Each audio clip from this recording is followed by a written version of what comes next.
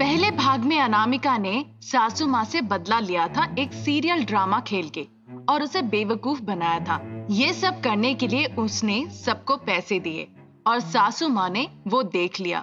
उसे सच्चाई का पता चल गया। बहू रानी, तुमने मुझे इसलिए धोखा दिया क्योंकि मुझे अभिनय का शौक है, इसलिए कि मैंने तुम्हें पीटा। इतना ड्रामा करने का क्या जरूरत था? अब तो तुम्हें छोड़ूंगी नहीं मैं। इस तरह वो मन ही मन सोची और चुप रही, जैसे उसे कुछ पता ही ना हो। अगले दिन सुबह सासू माँ फोन पे बात कर रही थी। क्या आप सच बोल रहे हैं? मैं बहुत खुश हूँ। मैं फिल्मों में बड़ी अभिनेत्री बनने की सोची, लेकिन ऐसा नहीं हो पाया। पर अब मेरे पास अच्छा मौका है, मैं खुद को साबित करके रहूंगी। जैसे ही वो फोन रखती है, उनकी बातें सुनकर बहू रानी कहने लगती है। क्या बात है सासू माँ, किनसे बात कर रही थी? क्या हो गया? अरे कुछ नहीं बहू रानी, वो जो उस दिन आए थे ना, ऐसा लगता है उनके पास बड़ा अच्छा मौका है और वो एक ऑडिशन लेना चाहते हैं मेरा। तुम्हें मेरी मदद करनी होगी बहू रानी। सासू माँ की बातें सुनकर बहू रानी डरते हुए कहती है। सासू माँ, मैं क्या करूँ? क्या मुझे आपके साथ वहाँ आना पड़ेगा? हाँ बहू रानी, तुम इतनी बुद्धिमान हो ना, इसीलिए तुम्हें मेरे साथ आना होगा। अगर तुम मेरे साथ हो तो मुझे डर नहीं लगता। तुम ना मत कहना, और जरूरत पड़े तो मैं तुम्हारे लिए सोने का चेन भी खरीद के दूंगी। सासू माँ की बातों पर अनामिका खुश हो गई। फिर जाने के लिए वो तैयार हो गई। ऐसा तक कि उसने कहा जहाँ सासू माँ जाने के लिए बोलेगी वो चले जाएगी। फिर सासू माँ ने हाँ कहा और अनामिका को अपने साथ एक जगह ले गई। वहाँ एक आदमी था। वहाँ वो आदमी सासू माँ से कहने लगा। आप ही थी क्या जिनसे मेरी फोन पे बात हुई थी? हाँ, मेरे से ही बात हुई थी। अच्छा, तो फिर कुछ एक्शन करके दिखाइए। अरे बहू रानी, वो एक्टिंग करने के लिए कह रहे हैं। मैं दुष्ट सासू माँ बनती हूँ और तुमको बहुत मारूंगी, बुरा मत मानना। ये क्या सासू माँ, आपने मुझे कहा साथ चलने को, मैं आपके साथ आई ना। अब यहाँ आके आप कह रही हैं अभिनय करने को, ये सही नहीं है। सोने का चेन नहीं खरीदूं? अरे नहीं, मैं तो मजाक कर रही थी। मैं अभिनय करूंगी, पर आपको मेरे लिए सोने का चेन जरूर खरीदना पड़ेगा। उसने भी हाँ कह दिया। क्या आप लोग दोनों बड़बड़ा रहे हैं? करना है कि नहीं? अरे ऐसी बात नहीं, मैं और मेरी सासू माँ अभी आपको अभिनय करके दिखाते हैं। इस तरह से कहकर वो गए। सासू माँ लेकिन बहू रानी को गुस्से से देख रही थी और सोच रही थी। अरे बहू रानी, आज मुझे मौका मिला है, तुम्हारा अंत देख के रहूंगी। थोड़ी देर बाद वो एक्शन कहता है। और यहाँ कितने दिन रहोगी? तुम्हारे पास इस घर में कोई जगह नहीं है। तुम यहाँ कुत्ते की तरह रह रही हो। जो भी कहिए, मैं यहाँ से नहीं जाने वाली। जो करना है कर लीजिए। इस तरह से अनामिका चिल्ला के कहती है। तुम यही रहो कुत्ते की तरह। फिर सासू माँ बहू रानी को बहुत पीटती है। सासू माँ रुकिए, रुकिए, इसे कोई पकड़ो। सासू माँ, मुझे मत मारिए सासू माँ। इस तरह से अनामिका चिल्लाती है। फिर वो आदमी कहता है। एक मिनट रुकिए, आपकी एक्टिंग अच्छी थी, पर आप थोड़े भावुक महसूस कर रहे थे। आपको बहू के हर जुल्म को याद दिलानी पड़ेगी और फिर उसे पीटना है। वो सीन एक बार जरूर से करे, तब मैं आपकी अभिनय की क्षमता को समझ पाऊंगा और उसे वीडियो रिकॉर्ड कर लूंगा। इस तरह से कहकर वो अपने फोन से रिकॉर्ड करने लगा। सासू माँ ने भी सर हिला के हाँ कह दिया। मैं इसके लिए बिल्कुल तैयार नहीं हूँ। हे भगवान, सासू माँ, आप मुझे इस तरह से क्यों पीट रही हैं? अभिनय नहीं कर सकती हो, फिर चेन भी नहीं खरीदूंगी।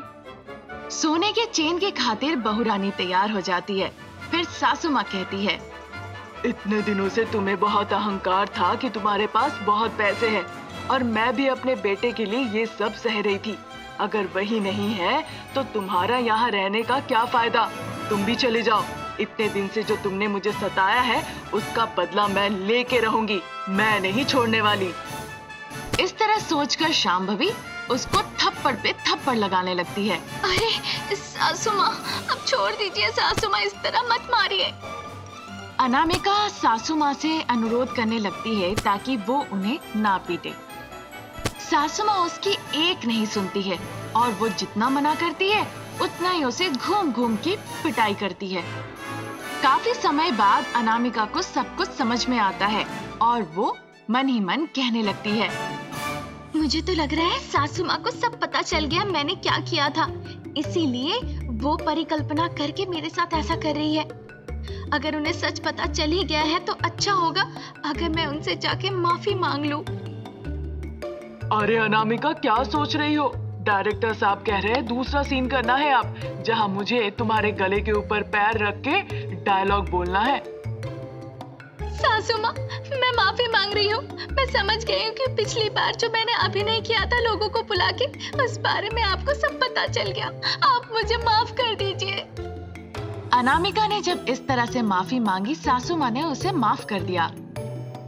अरे बहू रानी, उस दिन मैंने सब देखा था तुम जब पैसे दे रही थी, और ये भी सुना था तुम लोग क्या बातें कर रहे हो।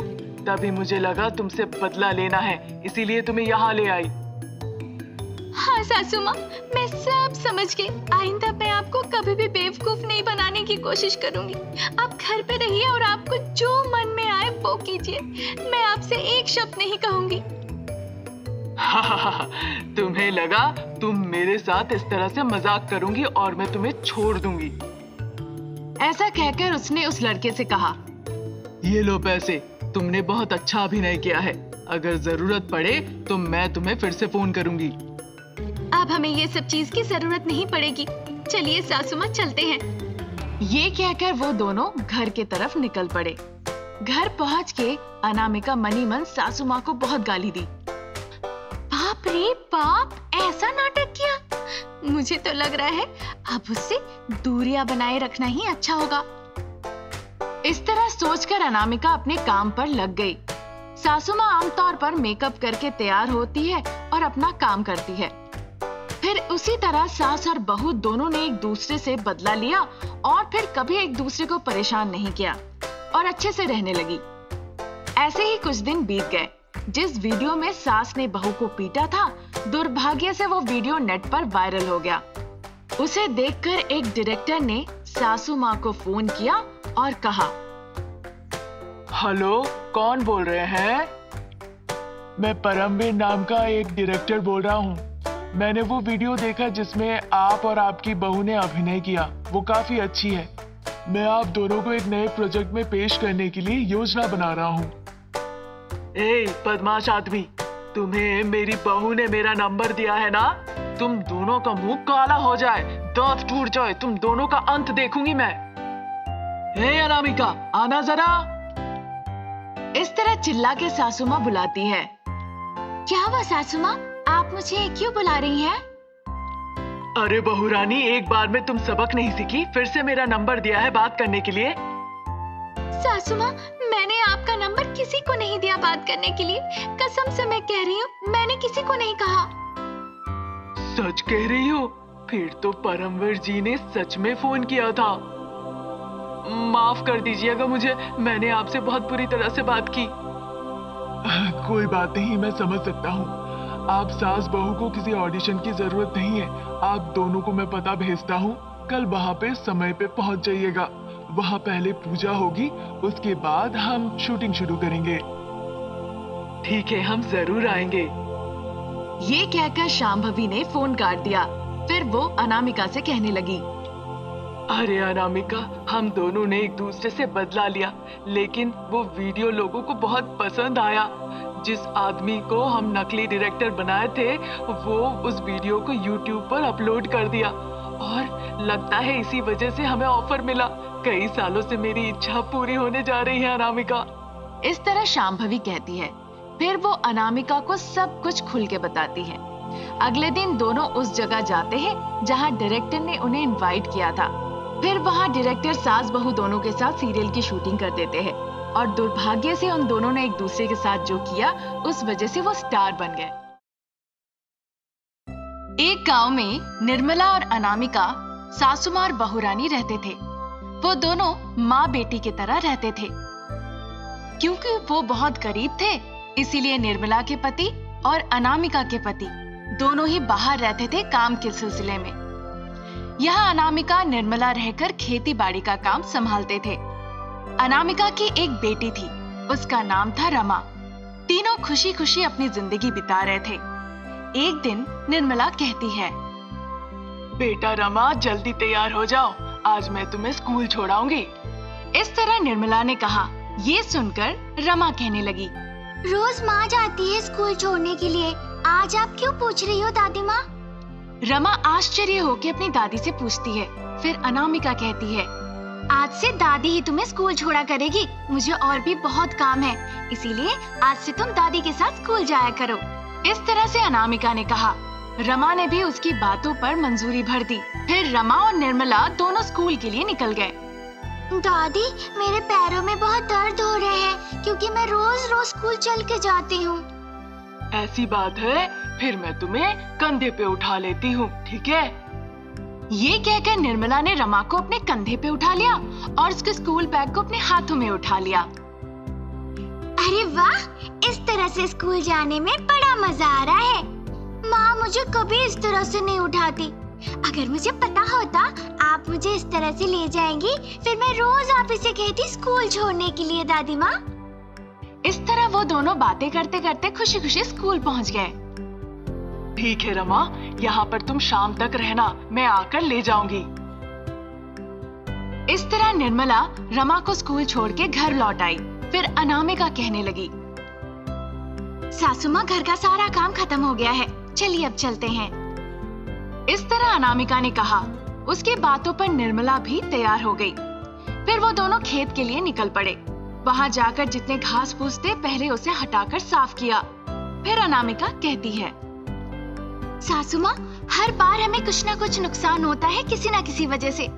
मुझे बस डर है इस बार पता नहीं क्या होगा हमारे साथ। कुछ नहीं होगा, इस बार फसल अच्छे होंगे। मुझे लगता है हमारी मेहनत रंग लाएंगे इस साल और हमारी सारी मुसीबत खत्म हो जाएगी। अगर सच में ऐसा होता है ना सासू माँ, तो इस साल मैं रमा को एक अच्छे स्कूल में दाखिला कराऊंगी, यही इच्छा है मेरी। ऐसा ही होगा बेटा, तुम ज्यादा चिंता ना करो, ठीक है? निर्मला ने इस तरह से कहा। फिर दोनों खेत में काम करके वहाँ से निकल गए। इस तरह दिन निकलते गए। अब फसल पक चुके थे, उन्हें काटने का वक्त आ गया था। बेटा अनामिका, कल हम फसल काटने के लिए जाएंगे। ठीक है सासू माँ। माँ, मैं भी कल तुम लोगों के साथ जाऊंगी, ठीक है? खेत में क्यों आओगे तुम? स्कूल जाओ और पढ़ाई करो। माँ, कल स्कूल नहीं है, छुट्टी है, मैं भी आऊंगी तुम्हारे साथ। ठीक है, कल के लिए हम ले जाएंगे साथ, वो भी थोड़ा खेत देख लेगी। निर्मला की बातें सुनकर रमा खुशी के मारे झूम उठी। इस तरह निर्मला रमा को अपने कंधे में बैठाकर उस दिन खेत ले गई। फिर दोनों सासू माँ और बहू रानी मिलकर अपनी पूरी मेहनत से फसल काटे और अपने फसलों को देखकर वो बहुत खुश हुए। माँ, आपने जैसा कहा था इस बार फसल बहुत अच्छे हुए हैं, मैं बहुत खुश हूँ माँ। इस बार हमें अच्छे पैसे मिलेंगे, फिर हम अच्छे से स्कूल देखकर रमा की दाखिला करा देंगे, ठीक है? वाह, मैं नए स्कूल जाऊंगी और बस से जाऊंगी। इस तरह से वो बहुत खुश हुए। दिन निकलते गए। फिर फसल बेचकर उनके हाथ में कुछ पैसे आए। सब कुछ अच्छा चल रहा था। अचानक से उस इलाके में भारी बारिश शुरू हो गई। निर्मला अनामिका से कहने लगी, एक तो बेमौसम बारिश हो रही है, वो भी कल से लगातार हुए जा रही है, बिना रुके हुए। ये बारिश का वक्त भी नहीं और लगातार 24 घंटे से बारिश हो रही है। इस तरह से बहू रानी ने कहा। बारिश लगातार हुए जा रही थी। रात दिन सुबह शाम बारिश और बारिश। ये देखकर डरते हुए निर्मला कहती है, पिछले 5 दिनों से इस तरह से क्यों बारिश हो रही है नहीं पता। हम घर से एक कदम बाहर नहीं जा पा रहे हैं, कोई भी काम नहीं हो पा रहा है। अगर ऐसा ही चलता रहा तो मुसीबत आ जाएगी हम पर। अगर इसी तरह बारिश होती रही तो हम बाढ़ में फंस जाएंगे। मुझे काफी डर लग रहा है सासू माँ। नहीं नहीं, ऐसा कुछ नहीं होगा, तुम चिंता ना करो। इतनी बारिश हो रही है, आसपास के सारे तालाब कनाल सब भर चुके हैं, पानी ओवरफ्लो हो रहे हैं। ऐसा ही चलता रहा तो निश्चित रूप से बाढ़ के संकेत है। सब कुछ अच्छा चल रहा था, हमें अच्छे पैसे मिले फसल बेचकर। ऐसे वक्त में ये सारी चीजें क्यों हो रही है? ठीक है, अब देखते हैं क्या कर सकते हैं। इस तरह निर्मला ने कहा। 2 दिन निकल गए। क्योंकि बारिश थोड़ी सी कम हुई थी, इसलिए बारिश का पानी उनके घर के आगे से बहने लगा और घर के चारों तरफ पानी ही पानी हो गया। सासू माँ, घंटे में बारिश की पानी बढ़ती ही जा रही है। अगर हम यहीं पे बैठे रहे हमारी जान जा सकती है। ठीक है, हमारे साथ कुछ भी हो जाए, पर रमा तो बच्ची है, उसकी पूरी जिंदगी पड़ी हुई है। इस तरह से चिंतित होकर अनामिका ने कहा। फिर उसकी बातें सुनकर निर्मला कहने लगी, ठीक है, फिर जमीन बेचकर उसके पैसे लेकर शहर चले जाना चाहिए हमें। जब सब ठीक होगा फिर वापस लौट आएंगे। इस तरह उन्होंने अपना सारा सामान सूटकेस में समेटा और वहां से निकल गए। एक तरफ अनामिका सूटकेस को सर पे ले ली और पानी में चलने लगी। दूसरी तरफ निर्मला चल रही थी रमा को कंधे में उठाकर। हमें बहुत ही सतर्क रहना पड़ेगा। इस बारिश के पानी में बड़े बड़े भयानक जानवर निकल आते हैं। इस तरह कहते हुए निर्मला जा रही थी। फिर वो सब धीरे धीरे आगे बढ़ रहे थे। अचानक से एक बड़ा सा घड़ियाल उनके सामने आ जाता है। ये देखकर रमा बहुत जोरों से चिल्लाती है, दादी देखिए, एक बड़ा सा घड़ियाल आ रहा है हमारी तरफ। इस तरह से वो चिल्लाई। ये देखकर अनामिका और निर्मला दोनों डर गए। वो घड़ियाल उनके सामने आ रहा था, उन्हें खाने के लिए। वो हमारी तरफ ही आ रहा है सासू माँ। तुम रमा को पहले उठा लो। इस तरह से उसने रमा को अनामिका के हाथ थमा दिया। फिर वो घड़ियाल निर्मला पर हमला कर दिया। निर्मला उस घड़ियाल की तरफ जाने लगी ताकि वो अनामिका और रमा की तरफ आक्रमण ना करे, ताकि वो घड़ियाल से उन्हें बचा सके।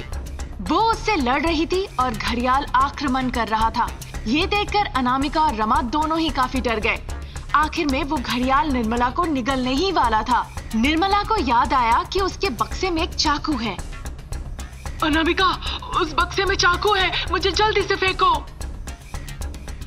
उसने इस तरह से कहा। अनामिका तुरंत उस चाकू को फेंका उसके तरफ। निर्मला ने उसे पकड़ लिया और चाकू को उसके शरीर के आर पार कर दिया, जिसकी वजह से घड़ियाल घायल होकर वहीं पे मर गया। ये देखकर अनामिका और रमा काफी डर गए। सासू माँ, अब आप खतरे से बाहर हैं। अगर आप उस पर आक्रमण नहीं करती तो हम सब उसके हाथों मारे जाते आज। ईश्वर की कृपा से हम सब अब खतरे से बाहर हैं। चलो यहाँ से निकलो। फिर वो जगह छोड़ के वो चले गए।